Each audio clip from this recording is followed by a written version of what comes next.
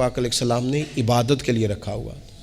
گھر والوں کا کام کاج کیا، عشاء ہوئی، آرام کیا، پھر تہجد کا ٹائم ہوا تو حضور عبادت کے لیے اٹھ کے کھڑے ہو گئے.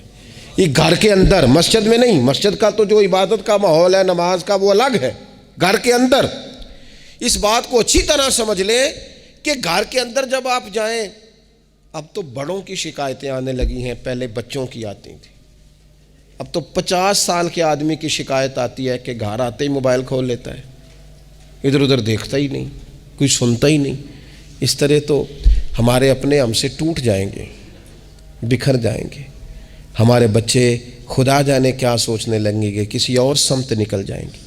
وہ جن کو ہماری باتوں کی، ہماری شفقتوں کی، ہمارے پیار کی، وہ جس پوتے کو، جس چھوٹے بیٹے کو دادا کے، والد کے کندھوں پر کھیلنے کی چاہت ہے، وہ تو اس سے محروم رہ جائے گا. ہمیں وقت دینا ہے، ان کو ٹائم دینا ہے، اس ٹائم کو مرتب کرنا ہے.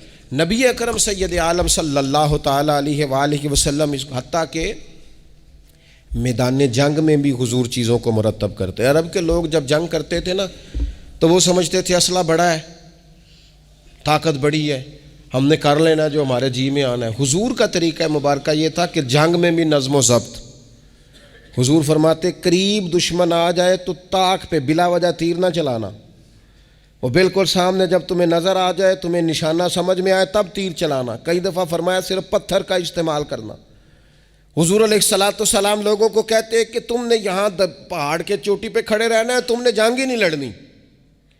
تم یہاں ہراول دستے کے طور پر پشت پہ کھڑے رہو، جب تک میں تمہیں حکم نہ دوں تم نے یہاں سے ہٹنا نہیں ہے. این جنگ کے موقع پر بھی رسول پاک صلی اللہ علیہ وسلم نظم و ضبط کا مظاہرہ کرتے، ترتیب مقرر کرتے. آپ یقین کریں جن اداروں کے اندر نظم و ضبط ہے، جن کے اندر اصول ہے، جن کے اندر قاعدے ہیں، وہ اپنی پیشہ وارانہ کام سے کبھی بھی پیچھے نہیں ہٹتے. اور جہاں یہ کام نہیں ہوتا وہاں بڑی ساری چیزیں نقصان کا شکار ہوتی. این حالت جنگ میں بھی نبی اکرم نور مجسم صلی اللہ تعالیٰ علیہ وسلم نظم و ضبط کا خیال کرتے. یہ جنگ احد میں نقصان ہوا تھا نا وقتی طور پر، اس کی وجہ بھی یہ بنی تھی کہ حضور نے جن صحابہ سے کہا ہٹنا نہ، ان سے اجتہادی خطا ہو گئی. انہوں نے سمجھ لیا کہ جنگ تو ختم ہو گئی ہے، وہ ہٹ گئے. ان کے ہٹنے سے نقصان ہوا، 70 لوگ شہید ہو گئے. اگر وہ نظم قائم رہتا جہاں حضور نے کھڑا کیا تھا تو کبھی یہ کام نبی پاک صلی اللہ تعالیٰ علیہ وآلہ وسلم نا اجتماعیت کی بات کرتے تھے، مل کے رہنے.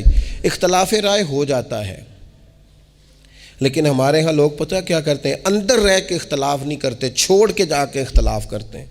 یہ مخلص نہ ہونے کی علامت ہے.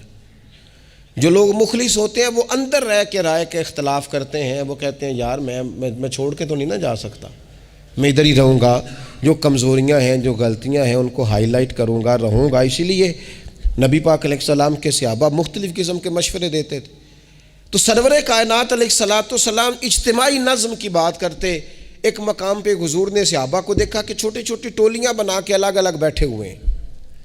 تو نبی پاک علیہ السلام نے فرمایا یہ شیطان تمہیں الگ الگ کرتا ہے.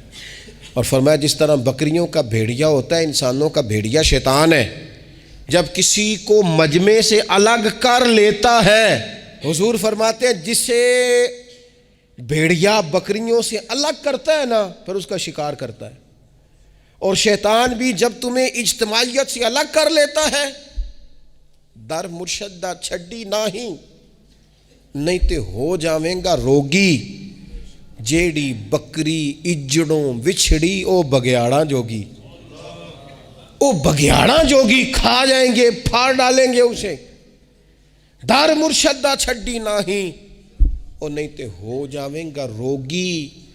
جیڑی بکری اجڑوں وچھڑی او بگیاڑا جوگی. اسے تو لے کے چلا جائے گا. اجڑ پر، اجتماعیت پر کبھی بھی بھیڑیا حملہ. تو حضور صحابہ سے کہتے تھے بیٹھو تو ذرا مل کے بیٹھو، کسی جگہ تم بیٹھو تو اجتماعیت. بڑی مشہور حدیث ہے، چند لوگ جمعے میں کھڑے تھے تو حضور نے فرمایا بیٹھ جاؤ. الگ الگ. بعض لوگ بڑے قائل ہوتے ہیں نا تھوڑا سا، جناب ہم نے ذرا ہٹ کے رہنا ہے، ہم نے تھوڑا سا الگ سے رہنا ہے، تھوڑا سائڈ پہ بیٹھنا ہے. تو حضور پسند نہیں کرتے تھے. فرمایا اکٹھے بیٹھو، مجمع کی صورت میں بیٹھو. بلکہ حضور علیہ السلام نے یہ تو اجتماعی نماز کا حکم دیا نا، فرمایا جس علاقے میں 3 مسلمان بھی بستے ہوں نا وہ بھی باجماعت نماز پڑھیں.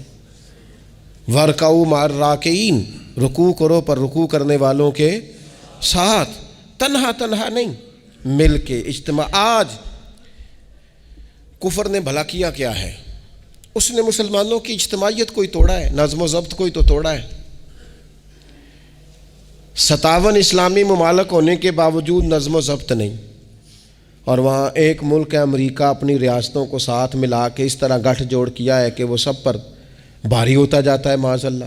اگر نظم و ضبط، اور یہ ہمارے ہاں بھی نہیں ہے، روٹین میں چھوٹے چھوٹے اختلافات ہوتے ہیں لوگوں کے بیچ، لیکن ایک دوسرے کو ملنا پسند نہیں کرتے، سلام کلام پسند نہیں کرتے، نفرت کا اظہار۔ تو جب گلی محلوں میں نظم و ضبط نہیں، ٹولیاں بنی ہوئی ہیں، گروہ بنے ہوئے ہیں، چھوٹی چھوٹی باتوں میں لوگوں نے الگ الگ ماحول بنا دیا ہے، بلکہ بعض لوگ تو باقاعدہ بڑے ماہر ہوتے ہیں خاندان میں لڑائی کیسے کرانی ہے، محلے میں فساد کیسے ڈلوانا ہے، لوگوں کو کس طرح کر کے توڑنا ہے، کیا ایسا کام کرنا ہے جس سے کہ لوگ زیادہ سے زیادہ ٹوٹ جائیں۔ تو اپنی زندگی کے اندر، اپنے ماحول کے اندر، اپنی طبیعت کے اندر نظم و ضبط لائیں گے۔ بہت سارے لوگ ہیں جو خود بھی وقت ضائع کرتے ہیں، اگر کہیں چلے جائیں تو اس کا بھی پورا ہی وقت ضائع کرتے ہیں، پورا ٹائم، یعنی اس پہ کتنا پیسہ لگتا ہوگا، موبائل کا کتنا بل آتا ہوگا، ٹائم کتنا ضائع ہوتا ہوگا۔ اور پھر سناؤ، مثلاً کی سنائیے جی، اس کا کوئی معنی ہے؟ یعنی ایک صاحب کہنے لگے، انہوں نے کئی دفعہ مجھے کہا کوئی نویں تازی، میں چپ کر گیا۔ پھر فون پہ، اب بندہ خیر مہذب لگتا ہے اگر کہے چلو جی پھر ٹھیک ہے، وہ پھر کہن کو نویں تازی، میں کہا جی میں تے مولوی ہیں، تسی مینوں اخباری نمائندہ سمجھ لیا، نویں تازی تو آپ کسی اخباری رپورٹر سے پوچھیں، مینوں کی پتہ ہے نویں تازی کی ہے، میں تو چھوٹا سا آدمی ہوں، اپنے کام نویں تازی دا کی مطلب ہویا؟ یعنی اب اتنا آپ نے فون بھی ضائع، ٹائم بھی ضائع۔ حضرت صاحب ہور پھر سناؤ بھئی، تسی اتنے حضرت صاحب دے کول رہو نہ مہینہ تے کوئی کام کرو نال تاکہ تانوں اور بھی کوئی سنان۔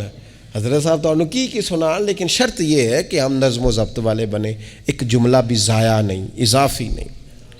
اس میں کہا کرتا ہوں دوسروں کو بہت ساری چیزیں سکھانے سے بہتر ہے ہم بہت سارے لوگوں سے خود سیکھنا شروع کر دیں، اپنی زندگی میں سیکھیں۔ اللہ تبارک و تعالی مجھے آپ کو توفیق عمل عطا فرمائے۔ آخر دعوانا